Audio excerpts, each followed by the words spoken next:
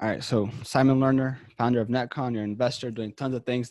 Now, before we talk about your businesses, NetCon, investing, kind of give us your origin story of how you got into entrepreneurship.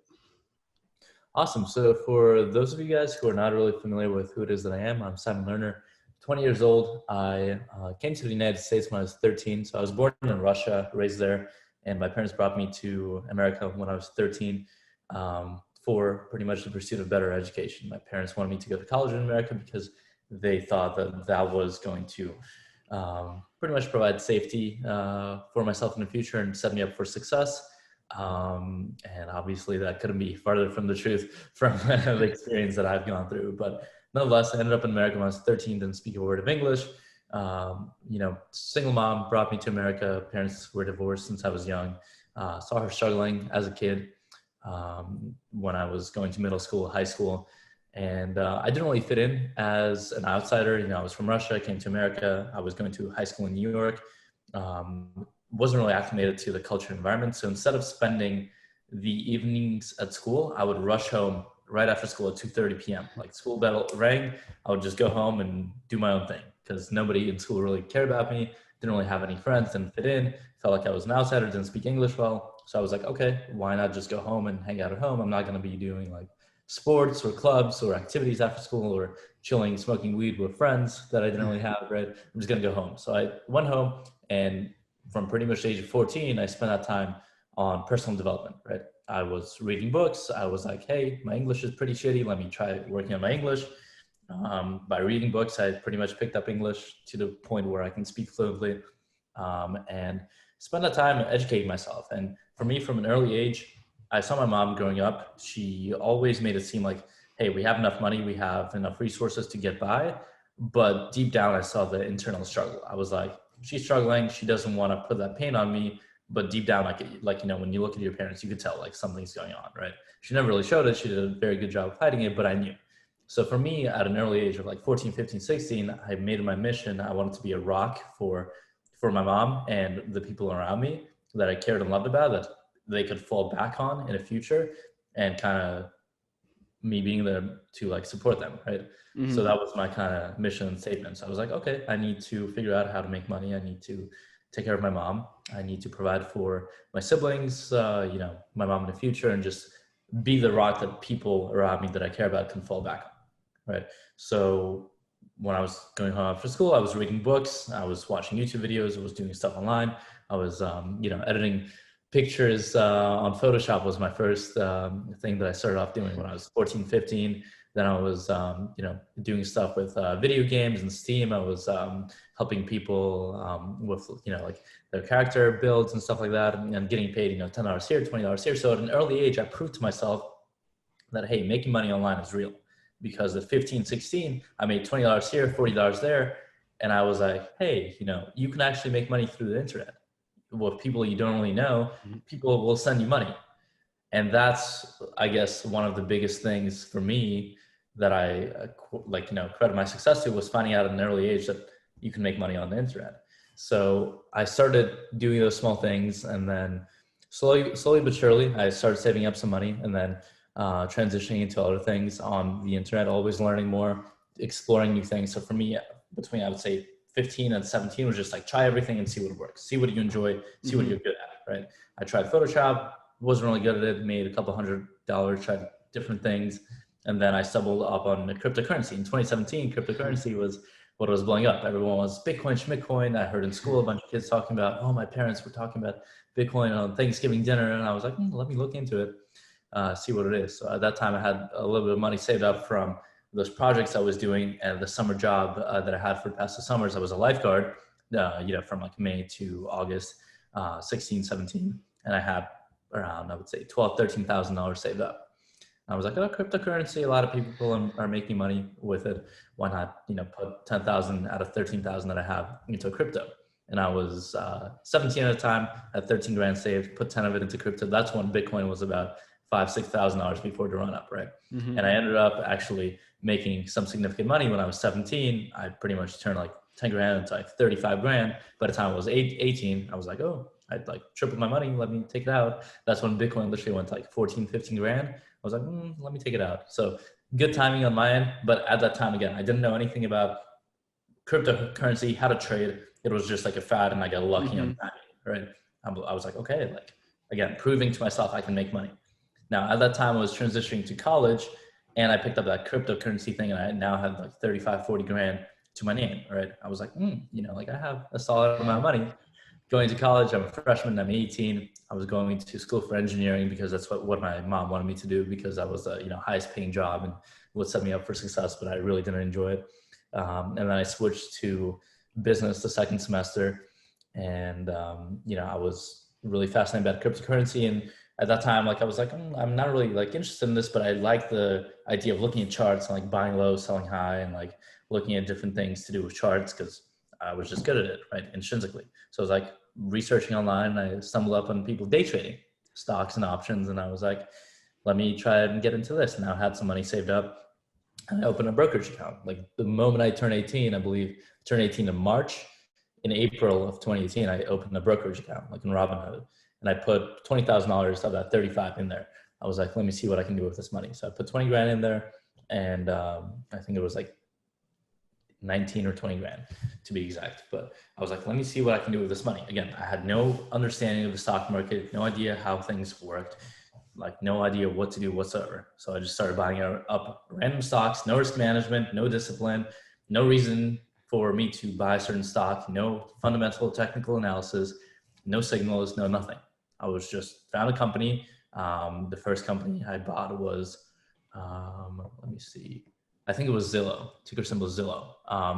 Why I bought that ticker, I have no freaking clue. I think I saw it on TV. They were running ads about like Zillow, you can buy a home on Zillow, use us, to pretty much find a home. And my mom was looking for houses in Florida at a time. And I saw her using the Zillow app. So I was like, okay, like why not put all of that money into Zillow? And I put $19,000 into Zillow, and a week later went by, and that 19 grand turned into like 23 and a half grand.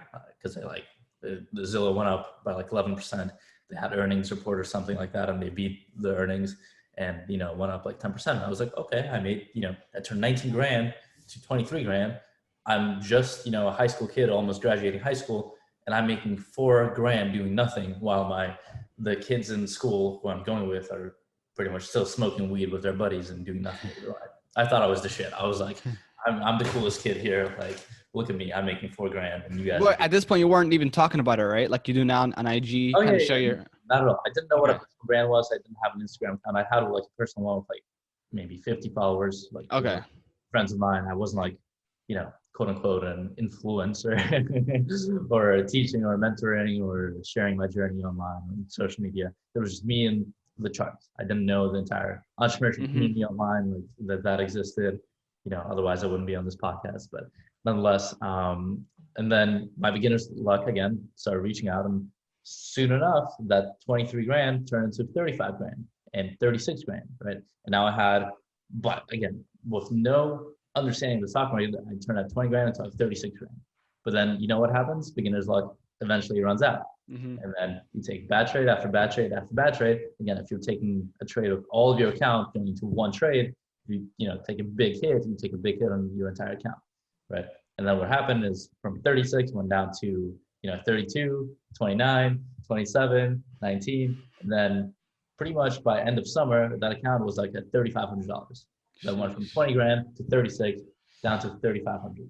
And I one day looked at my account, and I'm like, wait, this was like 36 grand at one point.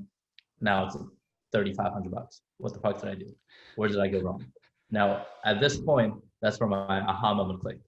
I had proven to myself that, hey, making money in the stock market is real. I've proven to myself that my account can grow. I've seen the numbers go up, right? I see other people online making money with this. I've proven to myself that I can make money with this too. Now, the question is, what's missing? What's missing is my understanding and the education part of the stock market. So I'm like, I spent 5 months pretty much gambling in the stock market. Why don't I take the next 5 months and just focus on learning from people who are already making money in the stock market to understand how this actually works, what the process is of selecting stocks, risk management, position sizing, technical analysis, how they find companies to invest in, and what day trading is really about, what I need to look out for. Why don't I actually take the rest of the money that I have saved up before I lose more money, right, and gamble it away, and put that into my education. Now, the advice I'd give for somebody starting right now is take the money you're going to invest in the stock market and invest it into your own education first to learn how the process actually works, because otherwise you're going to have such a long and painful learning curve. You know, even if you have a mentor and you have a course and you're following someone's footprints, you're going to lose money. That's, you know, that's a given. Everybody loses money. The goal here is to minimize your losses and accelerate that learning curve, where for me, it took, you know, a little bit over a year to get to where I'm consistently profitable.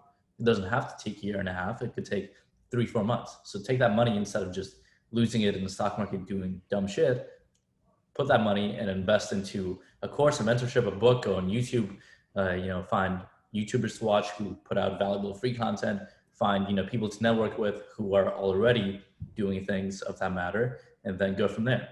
So I ended up buying a couple of courses. I attended a couple of in-person events, found this guy on YouTube, you know, Ricky Gutierrez, the millionaire of Arizona, investor, day trader. I was like, this guy's pretty cool. He's like just 3 years older than me, 23, millionaire. I'm going to learn from him. So I bought his course, started kind of picking things up, picked a couple of things up from him. Then learning didn't stop. I was like, okay, now I'm not losing money, but I'm not making money. I learned a couple of things. I'm like, okay, so like now I understand certain concepts that I didn't before. And then I funded my account again with like, you know, $5,000. And now the account was like at 8,500. Then I was trading for a couple of weeks and my account would go up to 9, down to 8, to 9, to 8, to 9, to 8. And I'm like, okay, this is an improvement. I'm not losing money, but I'm not making money either. I'm like at a, you know, consistent consolidation where it's just, you know, fluctuating between a certain zone, you know, still something is missing. So then I started investing in more trainings, education courses, attended a live event for trading. And I was like, okay. So then after that, after I spent 6 months from probably, I would say end of August to December, you know, on my education, that's when things started clicking. Now things started making sense. And now my account started consistently growing. It wasn't big where it just went from, you know, $8,000 to $40,000 overnight. That's not how trading works. Trading is not a get rich quick overnight, you know, thing. And people who do make a lot of money in one trade, that's just luck. You know, you need consistency and compounding interest in there to actually make it happen. With me, with trading right now, my goal is not to, you know, have one big trade that makes me $1 million and that's it. You're a millionaire trader. My goal is, hey, make, you know, $100 here, $500 here, $1,000 here. And over time, those small gains add up, and having that consistency where you're adding 2% here, 3% there, 5% there, over time adds up to a much larger sum, right? So that was what I was, you know, pretty much focusing all my energy and attention on. I was going to college still. I was a freshman in college, you know, halfway through this, through the year, just started second semester, switched to a business program. And then I was taking a macroeconomics class, and I was trading in a class, and we're talking about the stock market in class. I was looking at, you know, trading Tesla at the time. It was like $220 a share, which right now looking back is ridiculous. Less than 2 years ago, pretty much went up 10x since then. But I went up to my professor and I was like, hey, I'm currently trading in the stock market. I'm, you know, putting in a lot of work and effort into learning how things work. I was really interested in seeing what you thought about Tesla, and if you would, you know, recommend I sell it, buy more. Like, what do you think about it? And he said, you know, sorry, Simon, I appreciate you being so interested in class, and like, it looks like you're really enthusiastic, but I can't give you any tips or advice on the stock market because I'm not invested in the stock market myself. My wife doesn't let me invest, you know, in the stock market. She thinks it's like fluff. And I'm like, wait, so I'm paying money to go to school to learn from a guy whose wife doesn't let him invest in the stock market. Like, that's when things started clicking. I'm like, why am I here? Why am I sitting in this class with my that epiphany? Learning from a guy who is making $15 an hour, teaching me how to make money, you know, growing my wealth and, you know, teaching me economics and things about the stock market. Yet he doesn't know anything about it himself. He's not a practitioner. He's just regurgitating information from a textbook that was, you know, outdated and written like 20 years ago by someone actually smart. If he was smart in business, why is he in here teaching me about business and not running a company himself? That's when I was like, I need to take a step back. Then I was like, I've learned from people that actually make money in the stock market. This guy doesn't know shit. He's making, you know, 60, 70, 80 grand a year in his job. I need to find other ways to learn. And that's when I decided to drop out of school, because I was like, listen, I'm not spending 40 grand a year to go to school to learn from someone who's not a practitioner. It's like the saying, the apple doesn't fall the apple doesn't fall far away from a tree. If the professor is the tree I'm learning from and I'm the apple, I'm going to end up in a similar situation that my professor is in, right? If he's driving a 1996 Toyota Camry, then most likely, I will be driving a 1996 Toyota Camry and making $15 an hour if I'm learning and absorbing information from him, right? It's like you are the average of the people you surround yourself with. If I'm surrounding myself with people who are, certain income level, I'm only going to get access to the information that they have that has led them to make that much money, and I'm going to be in the same situation. So I'm like, I need to change my circle. I need to find new people and new environments to gather resources and information from to educate myself. So that's when I started looking into events. I found this guy, Grant Cardone, real estate guru, billionaire, entrepreneur, and he had this amazing event, quote unquote amazing event that he was advertising to Growth Conference 3. And I was like, there's going to be some pretty badass speakers there, and Grant Cardone is going to be there. He's made a lot of money. Why don't I go to this event and try to learn from people who actually made a lot of money? So then I flew from New York to Miami, attended that event, and obviously read through the bullshit, caught onto it really quick that it was one big sales fest where a lot of motivational bullshit is being spoken, and speakers go on stage saying things like, hey, I've made $1 million doing this and this and that. If you want to learn how, all you got to do is buy my course or program and I'll show you how. Like, I came with questions, I came prepared. I thought I'd have a chance to go up to the speakers and talk to them and actually get advice from them. But it was there's 30,000 people. There's no way everybody can ask questions and everybody can get attention from the speakers. So you just sat there listening to the generic kind of bullshit speech that they're giving to, fit everybody. It's a one size fit all type of scheme. So then I was like, okay, this isn't right. I spent $3,000 to come to this event. Didn't really get a lot of value from it because I didn't have proximity that I wanted to have with the speakers. Let's do something else. So college is a no. This big event that I went to, kind of try to meet people, network, and learn information from was kind of no as well, because I didn't really get much from it. Why don't I start my own event and actually do this a correct way, a way that makes sense in my head? Because in my understanding, that's not how it's supposed to be, right? It's not supposed to be that every single speaker just goes on stage and their main objective is just to get as many credit card numbers and names saved in a file and sell you a couple of programs just to make more money for themselves. So I was like, let me start my own thing. And then that's when NetCon was born. So NetCon stands for networking and connecting, right? That was the networking conference that we hosted. The first one was literally 3 months after the GrowthCon, because I was like, listen, I see an opportunity here. Let me get on this shit. I spoke to a lot of people at the event that feel the same way as I feel, where they haven't really received a lot of value. They felt used, scammed, other adjectives that they threw at me. There was an opportunity for me to address this kind of gap. That was a validation point right there, right? Gap in the industry. So let me start my own thing. Yeah, absolutely. And that's where I started the thing. And I was like, why don't we focus on actually a value-driven event where the ratio between attendees and speakers is not 30,000 people to 12 speakers, where it's actually a 1-to-5, 1-to-6 ratio, and we had a big event. We had 15 speakers covering topics from e-commerce to real estate to, trading and investing, building personal brands, marketing.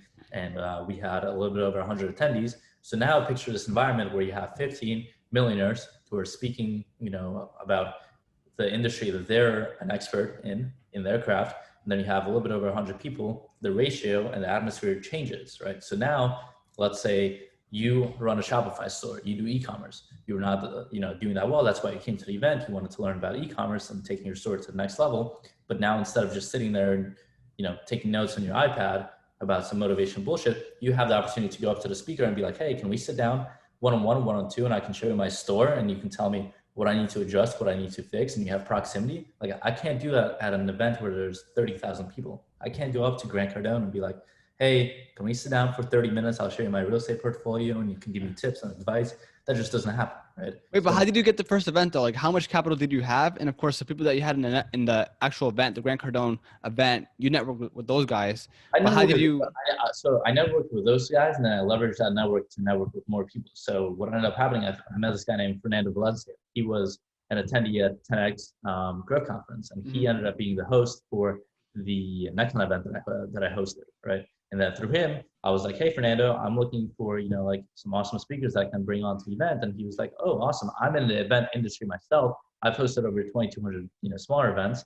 I have some, friends that I can connect with. They connect me with this guy called Justin Wolf. And then from there, I was just like, who is he friends with? And who are they friends with? And let me see who else I can connect with that they know. And then I was just leveraging the network that I built to connect with more people, right? It's like now you can, for example, leverage this podcast being like, hey, I've met Simon Lerner. I've recorded a podcast with Simon Lerner. Who does Simon know? Now I can reach out to this person and be like, hey, I had Simon on my podcast. Would you be interested in coming on my podcast too? Now that increases your chances of getting somebody else on your podcast because, there is a middle ground. There is me in between. And since they know me, that kind of adds more credibility in a way, right? If I just reach out to Justin and be like, hey, come speak to my event, he'd be like, who the fuck are you? But if I'm like, hey, Fernando, thanks for connecting me with Justin. There's that middle person, Fernando, who Justin trusts and I trust. And now Justin trusts me more because Fernando is in between making that introduction. If that makes sense. So that's where I kind of picked up networking and started really going ham on it, right? And the returns have just been incredible. I've met so many amazing, incredible people that I've been able to add value to and just connect with. And now, I get opportunities out of nowhere. 2 weeks ago, get a message, hey, we're in California, hosting this big event. We'd like you to speak. We'll fly you out. We'll pay for all your expenses. We want you there, right? From one of those guys who actually attended one of my previous events. He's built a 7-figure business since then, and just been incredible. So you get just perks and benefits from out of nowhere. I know that, hey, if I ever go to Puerto Rico, I have 14, 15 different people from Instagram that I talked to before. They're like, hey, we want to meet up. We want to buy lunch. We want to, go scuba diving. We want to network. We want to connect. We want to see what you're about. We want to learn certain things from you. And that's a mutually beneficial environment. So that's why networking is such a powerful tool. So we hosted one of those, events, and then we had a little bit over, 100 attendees, and then it went forward from there. So since then we had 4 events. We kind of had to take a little stop for COVID. The last one was in October of 2019 in LA. And we had a little bit over 200 attendees for that. It was a 3-day big event. We had massive speakers, like John Malad was speaking, Jason Capital, you probably know. All word of mouth too? Yeah. Didn't like market it or anything like that? Word of mouth, but then, the speakers actually promote the event as well. But again, how this differs from all those other events is that all the speakers we bring on, they're not allowed to sell you anything. Like they sign, an NDA and a contract that, when they go on stage, they do their presentation, their sole purpose there is to serve you, the attendees. They're not there to sell their course, program, mentorship to you and try to benefit themselves, right? If you're a successful entrepreneur and making 7-8 figures, you very well don't need an extra, $1,200 from someone's money selling them a mentorship. Yeah. Right? But do you give them like a fixed fee to kind of incentivize them? Of course, entrepreneurs want to provide value. They'll be happy to fly out anywhere and provide more value, right? To get maybe a larger audience, but maybe that's not for everyone. Did you have to incentivize them with some sort of fee or like something along those lines, or what? Well, you mean the speakers that we bring onto the event? So some of the speakers are just, it really depends. We heavily focus on pre-qualifying people that we let speak. It's not just not everybody can just get on stage and start speaking and be like, hey, I make 7 figures, right? We collect tax returns, 1099s to verify that, hey, you actually make a certain amount of money and you're qualified to speak, and not just, some e-com guru who says, I make 7 figures on Shopify, and your Shopify dashboard says, yeah, you've done $1 million in sales, but at the end of the day, you take home 50 grand because, there's expenses and you spend, 900 grand on ads to make that $1 million in sales. So in reality, you're not a millionaire, you're a entrepreneur who wants to trick people online, showing them, fake data and fake results. You don't run an actual business, you just run a little gimmick scheme. But a lot of people in e-commerce and other industries just show numbers, but in reality, that's not the numbers they're taking home. So number one, we pre-qualify those people. Number two is, a lot of the speakers, if, they're a high caliber speaker who usually gets paid to speak, we cover, their flights, accommodations, all those things for them, right? Since they're not incentivized to, go to the event and sell stuff. And a lot of other people, they don't need to sell stuff in the first place because guess what? Their businesses already provide more than enough money for them that they run. They're just there to add value and then get content for their personal brands, TikToks, and other social media, being like, hey, I spoke at this other event. That adds to their credibility more. They can meet more people, network with other speakers, right? Meet new business mentors, that way I can only count on my fingers how many businesses we've connected through NetCon, where a speaker runs a business and an attendee runs a business. Hey, now their businesses are partnered up, and that's, the beauty of it. So in the beginning, I mean, how much capital did you have? Because of course you said you spoke to Fernando and he was in the events business. So you guys were both partners? No. He was just a speaker at the event, but Okay. again, I leveraged that connection through Fernando Okay. to network and connect with other people who became speakers, and then through those speakers, we ended up pushing the event through their personal brands, platforms. Like Fernando had 40K followers, Justin had 200K followers.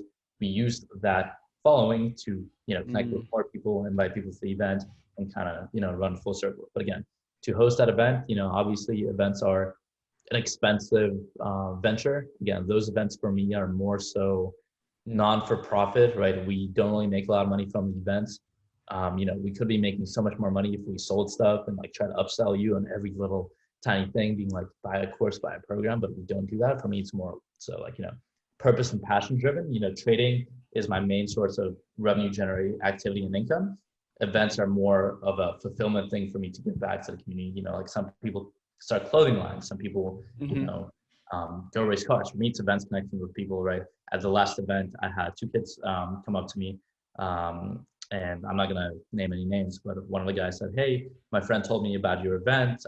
Was in a pretty shitty, mental space environment. I sold some of my furniture to buy a ticket to your event because I was so fucking broke. I was in a miserable place. You made me reconsider committing suicide." For me, that just hits home, and that's kind of the reason why I'm doing those events, to be able to change lives, impact people, and actually add value. The fact that somebody comes up to you and says, "Dude, you made me reconsider committing suicide," that just hits home, right? That just kind of adds more reason for what it is that I'm doing. Yeah, right? and you guys do more than just events. You guys do seminars. You guys have your own trainings and whatnot, masterminds. So it's not just an events sort of business, but you kind of added on to that as well. Yeah, absolutely. So the long-term goal of NetCon is just to reform the business educational system, right? Because the way business is taught today through traditional schooling is obviously not the way it should be taught. It's very outdated, very mediocre, very expensive, right? To get a business college paper that is pretty much just a paper, that's worth nothing. You can just rip it apart. It costs 160, 200 grand, 40 grand a year, 5 years in school to get a paper. That's ridiculous in my opinion, right? And then guess what? That paper does not guarantee you shit. You get a college degree paper in business, that doesn't guarantee that you're going to get a job that pays you, 120 grand a year every single year for the rest of your life. You can still get fired. COVID can still happen. You can get laid off. There's so many factors that happen. You can not get hired for some reason, right? So again, that doesn't guarantee any safety net. So our goal is to reform the business educational system, right? Create a big, massive online entrepreneur community, and then be able to make it both fun and affordable for the people to be able to learn online business, right? How to scale online businesses from stuff like trading, marketing, e-commerce, real estate, all those niches, and build a community around that. So. Wait, Simon, I'm going to have to pause this for a quick second. I don't know if you got the notification about the time. All right. So you said your primary focus right now is still trading, but of course, NetCon is something that you do to provide more value to the community. Now, tell us about how do you allocate your day between, of course, COVID has hindered any sort of physical events, but how do you allocate your time between stocks and the networking business? Okay, so I'll just give you a walkthrough of what my typical day looks like, right? So I wake up between 7:30, 8 a.m. every single day. First hour of the day, I first realistically 4 hours of the day I take for myself to focus on things that really matter to me, and I refuse to let other people rob me of my time before I get enough myself. So things like I don't check my email, I don't check my Slack, I don't check my phone. Nobody has access to me the first 4 hours of the day. So from like 7:30 to 11, nobody can reach me. You can't text me. The only person who can reach me is like my mom and my dad for like emergency stuff. I'm not taking any business meetings. I'm not taking any calls. I'm not replying to anybody on Instagram. I'm not talking to any clients or, employees. That time is just for me to focus on things that matter and to take care of my personal health, and my learning, my gym, things that need to be taken care of to have enough time for myself before I can give that time to other people. I can't pour from an empty cup before I, get enough time for myself. So that time is non-negotiable. It's time for me. So what happens during that time is, I meditate, I focus on trading. From 9:30 a.m. to 11 a.m., I'm pretty much trading. That's my first session of the, like a morning trading session. I have 2.5 hour window that I trade in. Then I go to the gym, right? That time is just for me to focus on things that need to be done for myself before I can go and, talk to other people and give to other people, if that makes sense. Because how many people wake up and the first thing they do is go on their phone and their entire day is just spent revolving around giving their energy away to other people, right? You were reciprocating to other people. You were replying to a message. Someone asked you for a favor. So that way you're not being productive. You're not focusing on your one thing, your most important goals that are going to make a difference, move the needle for your life, for your health, for your business. You were just running around circles doing favors and tasks for everybody. You were sending an email here. Somebody's like, hey, I need you to go buy groceries. I need you to do this and this and that. So you were, being repressed by other people in that aspect. So again, first 4 hours are time for me, trading, meditating, gym, supplements, journaling, goal planning, goal setting, tracking numbers, whether it's with trading, bank accounts, revenues, how much money we need to allocate, for advertising, marketing, employees. So that's just, time for me. After 11, that's when I kind of get into the group mentality aspect, networking with other people, talking to my employees, doing things that require, a collective atmosphere to move certain projects in a greater direction where I can't just be, the only leader. There is a team in place. There is employees, there is customers, there's clients. Now it's a big kind of circle that moves together. Whereas in the morning, it's just me. So from 12 onwards, I have an hour break for breakfast. My breakfast is usually between 12 and 1. After the gym, I fast for 16 hours a day just to have that mental clarity. Helps me with trading a lot because when you're eating, especially first thing in the morning, you end up having a full stomach, and then your brain gets super tired and foggy, and you get brain fog because your energy is spent trying to digest and break down that food rather than having clarity to focus on your work. So for me, breakfast is usually around 1 p.m. And then after that, I'm working on other aspects of the business that are not related to trading. So my trading happened from 9:30 to 11. And then from 12 onwards, it's other projects. It's affiliate marketing for Amazon automation stores. It's scaling the backend systems and processes for NetCon. How do we, make certain processes more streamlined, more efficient? How do we make sure that everything is optimized to the T? For me, I'm very big on systems, processes, and optimization, making sure that things run as smoothly as possible in a least redundant way. So making sure that, if there has to be, let's say an event plan, that there is the least amount of steps, the least amount of money, it's the most cost efficient, and there is as little redundancy as possible, because there's many ways to do the same task. One person, for example, if you need to drive, let's say, to see your friend 1 mile away, you can drive a mile south and end up at your friend's house, or somebody else can drive 30,000 miles north and make a whole lap around the earth and end up in the same place, right? You're going to the same destination, you're just taking two different routes. For me, I'm trying to build systems to generate that direct route to the outcome we're searching. So if the outcome is, let's say, we want to host a 250-person event in April of 2021, what are the processes and systems that need to go in place for everything from speaker recruitment? How do we optimize this process where we reach out to speakers, we secure the speakers, we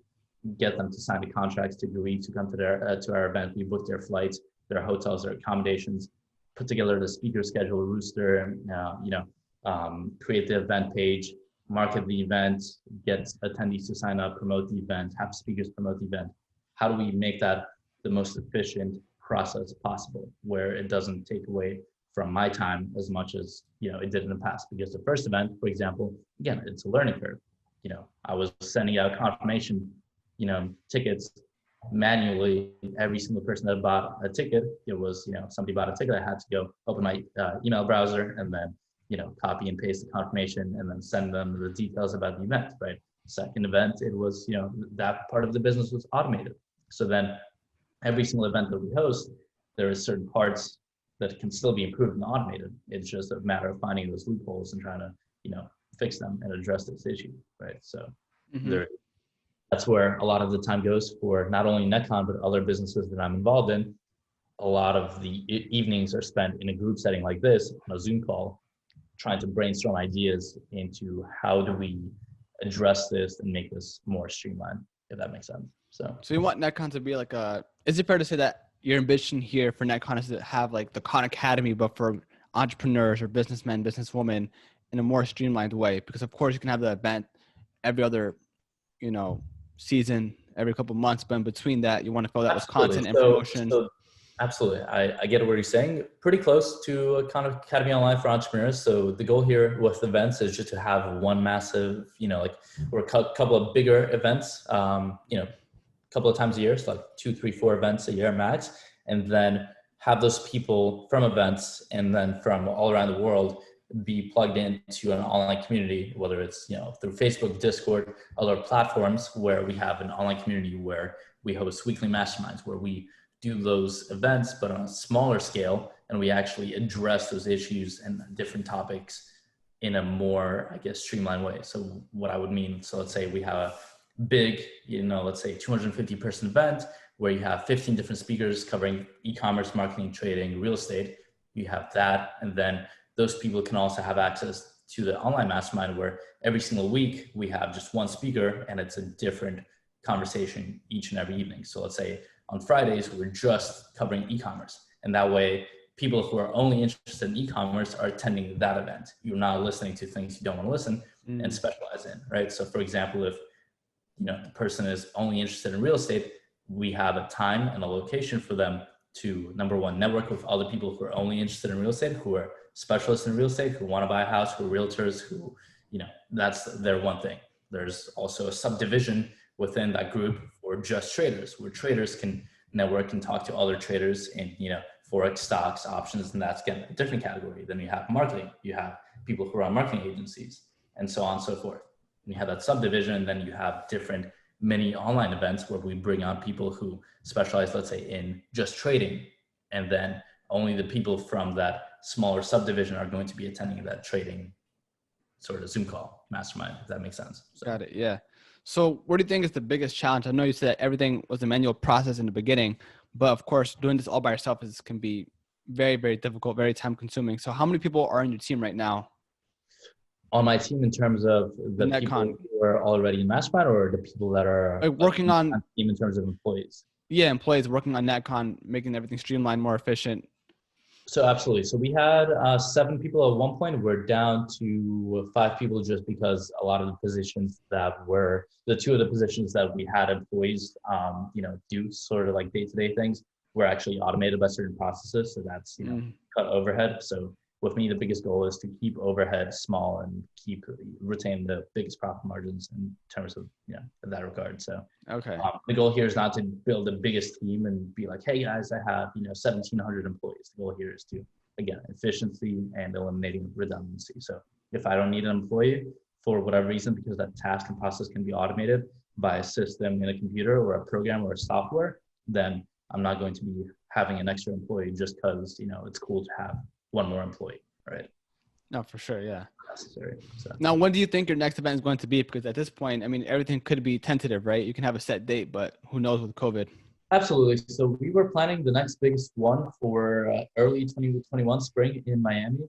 That's when the current kind of outset is for. We're still negotiating with the venue to see if they can meet the criteria we're looking for in terms of the capacity for attendance, that government requirement with COVID. But again, there is no set date as of right now. If we do get a green light, then we can start advertising, putting the event together in terms of speakers, attendees, marketing, all of the things that come into the event. But as of right now, it's all kept online. So our digital mastermind is what we have for everybody who is, unable now, to. Having this grand network and of course speaking with all these guys, do you sometimes feel like, oh man, like, I want to try something else? Not the shiny object syndrome, because you're meeting with tons of successful entrepreneurs. You're day trading. You're working on NetCon. But has there been other projects maybe that you're working on now or that you're thinking about because of what you've heard from other people? Absolutely. So, I mean, it has become an issue in the past where so many great opportunities come your way just because you're connected to so many people and everybody has something that they want you involved in, whether it's a project, they want you to speak at an event, they want you to invest in their business, right? My biggest thing that I've learned in a past year, I would say for myself, is just how important it is to be firm on saying no to a lot of things, right? I've said yes to several businesses that I then had to exit because just I wasn't able to give them the right attention and focus that those businesses needed to get to the next level, right? Just because it seemed like a great opportunity at the time, I was like, shit, I don't want to pass on this.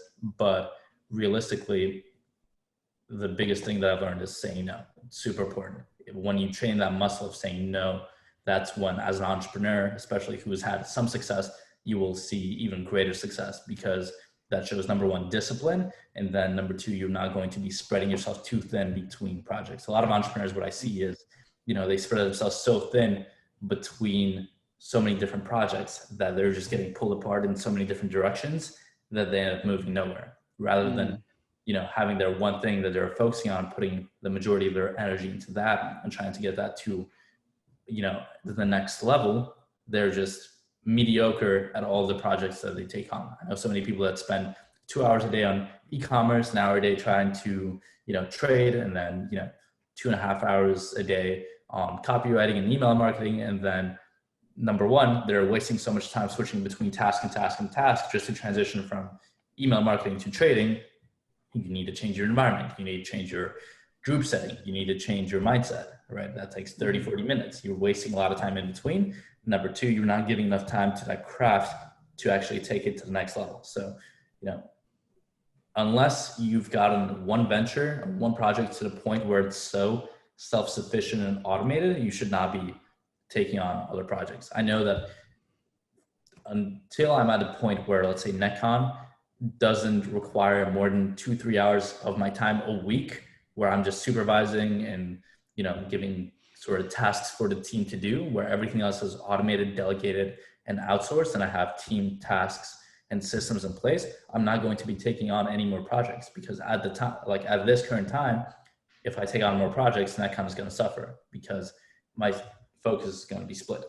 Yeah, that just goes to show that even during an event business, you still have to work on it like week by week, day by day, even though the event can be months in advance, right? There's still things you have to do in between that time. Oh yeah, absolutely. A lot of people undermine what it really takes to put on an event, especially not just, a small mastermind where there's like 20 people in an Airbnb, like a massive event with over 100 attendees. There's a lot of requirements and things that go in. So for example, speaker recruitment, you need to find speakers, you need to pre-qualify them, you need to send out contracts, get everybody on board, book flights, hotels. That's one side.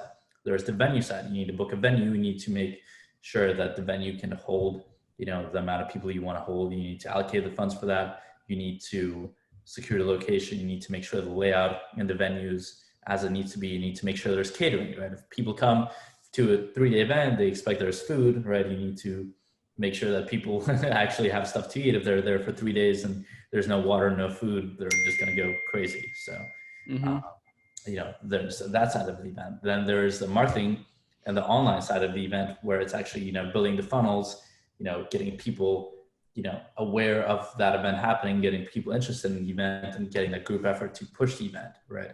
And actually running ads, getting, the promotional material, actually promoting the event to make sure that, hey, now we have the speakers locked in, we have the venue secured. We need to make sure that now there's people at the event, because we can have those two things. If there's no attendees, what's the event for, right? And that's the most interesting and difficult part, is actually getting people to attend your event, because nowadays everything is so remote, everything is so online, out of your phone, right? You get food delivered to your house, you get packages delivered to your house, you get everything delivered to you. You practically don't even have to leave your house. So it's gotten quite more difficult to get people out of their house, especially traveling. A lot of people come from, other states, other countries to the event. That's a big task to force somebody in 2020, 2021 to be like, hey, on Friday night, you're going to have to leave your town, come to Miami from, let's say, Nebraska to attend this 2-day event. People are just like, it's more of a task than it used to be, let's say 5 years ago, because everything is now online and remote. So, but again, that's the fun part of it. So that's just several parts of the back end that goes into the event. There's obviously much more stuff that goes in to it. Just to show you, there's a lot of stuff that goes in. It's a lot of moving parts. It's just like a big puzzle. You have 1,000 pieces, and your goal as an event planner is just to coordinate and put together all those pieces and puzzles to make sure, forms a picture. So. Now, I just want to ask one more question because I don't want to take too much of your time here. So you said you came from Russia at the age of 13, not knowing a lick about English. Your parents were divorced. You guys were, I'm not going to say like struggling, but going day by day. You saw your mom struggling, yes. Do you think, and of course you came out successful, coming out with different businesses. Do you think nowadays with the internet, there's no such thing as excuses because you're a prime example of literally someone going from Russia to the United States and making money, having to learn English, having all of the disadvantages. You think that really solidifies the fact that nowadays anyone can be successful via the internet? Absolutely. Yeah, I totally agree with that. But again, it really depends on your motives and your end goal, right? For everybody has their own definition of success. Success is very relative. Your definition of success might vary and be very different from my definition of success, right? To somebody, success might mean making a lot of money. To somebody else, might mean success means having a lot of friends. To someone else, it might mean having great, family connections and, being a great family man. For somebody else, it's, hey, I'm a great father. For somebody else, like for me personally, success means having the ability to do what I want with who I want, whenever I want, without anybody having, a say over me, telling me what to do or where to be or what to do with my life. That's my definition of success. Now, once you define that, then you need to act from there and kind of, set the goals and then reverse engineer and create that path and execute to get to where you want to be. But to go back to your question, yes, there shouldn't be a single excuse. If you have a phone and an internet connection, that's pretty much all you need in 2021, 2020 to find your success, whether it means, making a lot of money, having a lot of friends, building a network, or being a great father, or making a lot of money. As I said, having this is all you need pretty much to accomplish any of those, because everything is accessible with a couple of clicks and you have access and proximity to 8 billion people on this planet. Everybody's connected. You can learn anything from anybody. You can get connected and be in touch with everybody, right? It's not hard to, hey, I started a business, for example, and I'm doing something with clothing. It's not hard to go on LinkedIn, create a profile, say, hey, I'm a manufacturer, and connect with, the founders and the CMO, CFO, CEO of Home Depot, right? I can just click connect, send a message, and within 20 minutes, hopefully get a response from, a CEO, CFO, CMO of a major corporation. And I can send out hundreds of those messages a day. So there shouldn't be an excuse to, hey, I'm not around those people. I don't have the connections. I don't have the resources. Yes, you do. You have a phone. Now just be smart about how you utilize it. And there you have it. It's not rocket science. It's, a lot of people complain that they don't have enough resources for something. They're just, I call bullshit. I just say they're not resourceful enough with the resources that they have already. That's it. You just have to learn to be more resourceful.